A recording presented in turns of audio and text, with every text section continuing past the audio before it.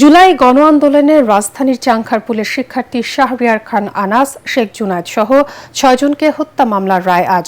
বিচারপতি গোলাম মর্তুজা মজুমদারের নেতৃত্বাধীন ৩ সদস্যের ট্রাইব্যুনাল ১ এ রায় ঘোষণা করবেন। সাবেক ডিএমপি কমিশনার হাবিবুর রহমান সহ এ মামলায় অভিযুক্ত ৮ পুলিশ সদস্য, এদের মধ্যে ৪ জন পলাতক। জুলাইয়ে মানবতাবিরোধী অপরাধের মামলায় পুলিশের বিরুদ্ধে এটি প্রথম রায়। রায়ের পুরো কার্যক্রম সরাসরি সম্প্রচার করবে বাংলাদেশ টেলিভিশন। আরও জানাচ্ছেন হুমায়ুন চিস্তি। ২৪ জুলাইয়ে পুলিশের নির্মম বর্বরতা শুধু দেশবাসী নয়, বিশ্ব মানবতার ভিতকেও কাঁপিয়ে দেয়। পুলিশের নির্বিচার গুলিতে প্রাণ হারায় প্রায় ১৪০০ মানুষ, আহত অসংখ্য।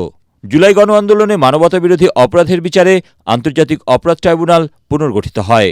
রাজধানীর চানখারপুলে ৬ শিক্ষার্থী হত্যার ঘটনায় ট্রাইব্যুনালে প্রথম অভিযোগ দায়ের করা হয়।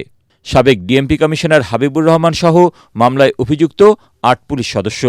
গত বছরের ১৪ জুলাই আসামিদের বিরুদ্ধে অভিযোগ গঠন করে বিচার শুরুর আদেশ দেন আদালত। সাক্ষ্য গ্রহণ, যুক্তিতর্ক উপস্থাপন শেষে গত ২০ ডিসেম্বর রায় ঘোষণার জন্য দিন ঠিক করেন ট্রাইব্যুনাল। দোষীদের সর্বোচ্চ শাস্তির প্রত্যাশা করছে প্রসিকিউশন।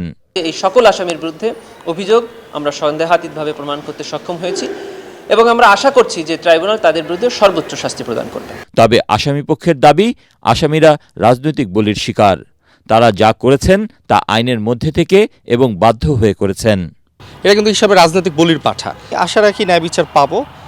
বাকিরা যদি কোনো ধরনের আমরা সংক্ষুব্ধ হই, সেক্ষেত্রে আমরা অবশ্যই আপিলে যাব। পুনর্গঠিত ট্রাইব্যুনালে জুলাইয়ে মানবতাবিরোধী অপরাধের মামলার এটি দ্বিতীয় রায়, আর আইনশৃঙ্খলা বাহিনীর বিরুদ্ধে এটি প্রথম।